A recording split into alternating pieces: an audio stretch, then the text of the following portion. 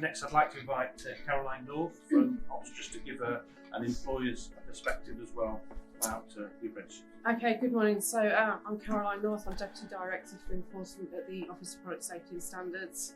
My former role obviously was a Trade Standards Officer, so I'll beat you on your acronyms. I've got the DTS, but obviously in my career I obviously went through the DTS, was DTS lecturer, was DCA lecturer, then we had we had FCATs, DCATs, you know, all the various permutations of training. So when I moved to Ops, we were quite keen, obviously, we've obviously got to build our capacity as regulators.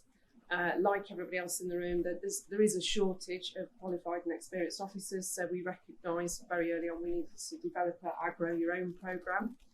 We're now on our third cohort of apprentices going through the system, quite a few are here.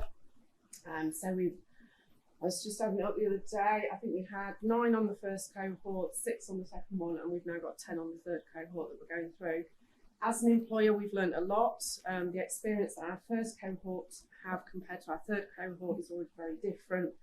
For us, what we recognised is it's about the structure, it's about having that time to train, it's about putting a programme in, but recognising behind that as an employer, this isn't the magic wand, probably not the right thing to say in this room, but it isn't the magic wand. It's not going to solve your problems. You as an employer also have to invest in training, buddies, support systems, how you can do that, but use the structure of this to be the building block. My next challenge now is how we take that first part of their training through the RCA and how do we continue to build them as officers and build it moving forward, because once they've got that, there is a lot needed to move it forward.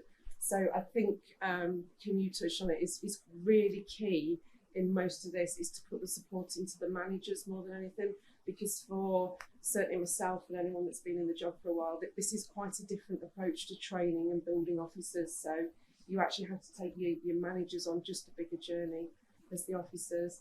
Like I say to this cohort, we won't necessarily get it right for you, but hopefully by that cohort 12 we'll have finally refined the programme. That's good news though, you're taking more on, that's good, that's good. That's good. So, but it is about developing that and seeing it through, but I really would recommend you do put the support in around the managers as well, more than anything. So we're certainly very keen to support it.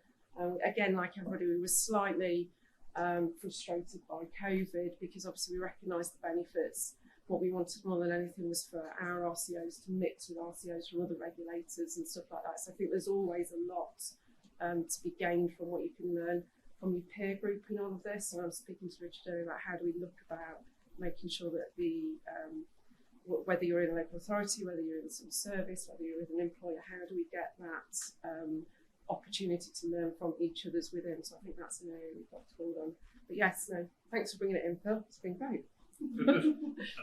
Thanks to actually Ops. Thanks.